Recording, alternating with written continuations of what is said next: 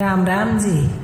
आज मैं आपको सुनाने जा रही हूँ पितृ अमावस्या की कथा, इसका महत्व और इसके बारे में जानकारी। ये क्यों की जाती है, इस तिथि का क्या महत्व है और किस तरह से इसको सर्वपितृ अमावस्या का नाम पड़ा। आज श्राद्ध का आखिरी दिन है और अमावस्या है। इस दिन जिन्होंने पूरे 16 दिन में कभी भी श्राद्ध नहीं डाला हो या पूरे वर्ष में अमावस्या नहीं निकाली हो, तो इस दिन अगर वो विधि विधान से अमावस्या का भोजन बनाते हैं, पितरों को अर्पित करते हैं, उनका तर्पण करते हैं या पिंडदान करते हैं, जैसा भी उनको उचित लगता है, तो वह पूरे वर्ष में की गई अमावस्या के भोजन के बराबर महत्व माना जाएगा। हमारे हिंदू धर्म में श्राद्ध का बहुत ही महत्व माना गया है और इस दिन आश्विन अमावस्या श्राद्ध पक्ष का जो अंतिम दिन है आज, जिसे सर्वपितृ अमावस्या से भी जाना जाता है, इस दिन पितरों का विधि विधान से पिंडदान करें, तर्पण करें, श्राद्ध करें, उन्हें जलांजलि दें और 16 दिन में या पूरे वर्ष में नहीं किया है उनका एक ही साथ फल प्राप्त करें। श्राद्ध के दिन, आज के दिन 5 तरह का भोजन जरूर बनाएं।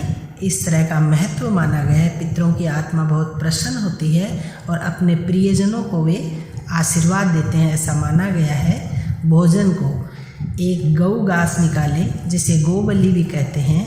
एक कुत्ते को ग्रास दें, उसे कुकर बलि कहते हैं। एक कौवे के लिए रखें, उसे काक बलि कहते हैं। एक देवताओं के लिए रखें, उसे आप जल में प्रवाहित कर सकते हैं। और एक चींटियों के लिए रखें। देवताओं के लिए जो होती है उसे देव बलि कहते हैं और चींटियों के लिए जो होती है उसे पिपीलिका बलि कहा जाता है। इस तरह से आप 5 तरह का भोजन बनाएं और उन्हें 5 जगह बांटें। मीठा ज़रूर हो, लहसुन प्याज ना डालें। पूड़ी हो, सब्जी हो, खीर हो, हलवा हो या लापसी बनाएं। कोई भी फल रखें, मीठा रखें। आज के दिन पौराणिक कथाओं के अनुसार मान्यता है कि पितृगण हैं वो धरती पर आते हैं। सर्वपितृ अमावस्या को इस नाम से क्यों जाना जाता है, ये भी मैं आपको कथा में बताऊंगी। इसका महत्व क्या है ये मैंने आपको बताया है और अब इसकी कथा सुनते हैं, तो सुनिए। श्रेष्ठ पितृ अग्निश्वात और मानसी की कन्या अक्षोदा घोर तपस्या कर रही थी। सर्वपितृ अमावस्या की ये पौराणिक कथाओं में लिखा हुआ है, उनके अनुसार मैं आपको बता रही हूँ। वह तपस्या में इतनी लीन थी कि उसे तपस्या करते करते कई वर्ष बीत गए और उनके इस तप से देवता जो गण थे, देवलोक था, वो भी प्रकाशित हो गया। तो देवताओं ने प्रसन्न होकर के उन्हें आशीर्वाद देने की सोची और वो इकट्ठे होकर के सभी आए।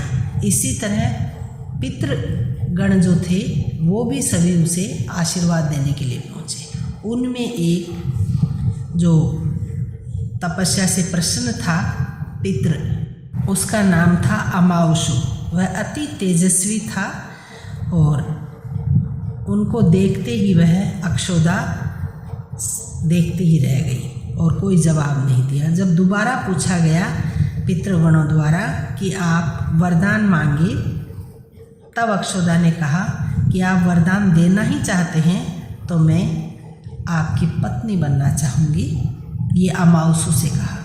इससे पितृगण नाराज हो गए सभी और उसे श्राप दे दिया कि तुम अब पितृलोक में नहीं रहोगी, तुम धरती पर रहोगी और धरती पर रहकर तुम मत्स्य कन्या के रूप में जन्म लोगी और ऋषि पाराशर की आप पत्नी बनोगी और तुम्हारे जो बच्चा होगा उसका नाम व्यास होगा।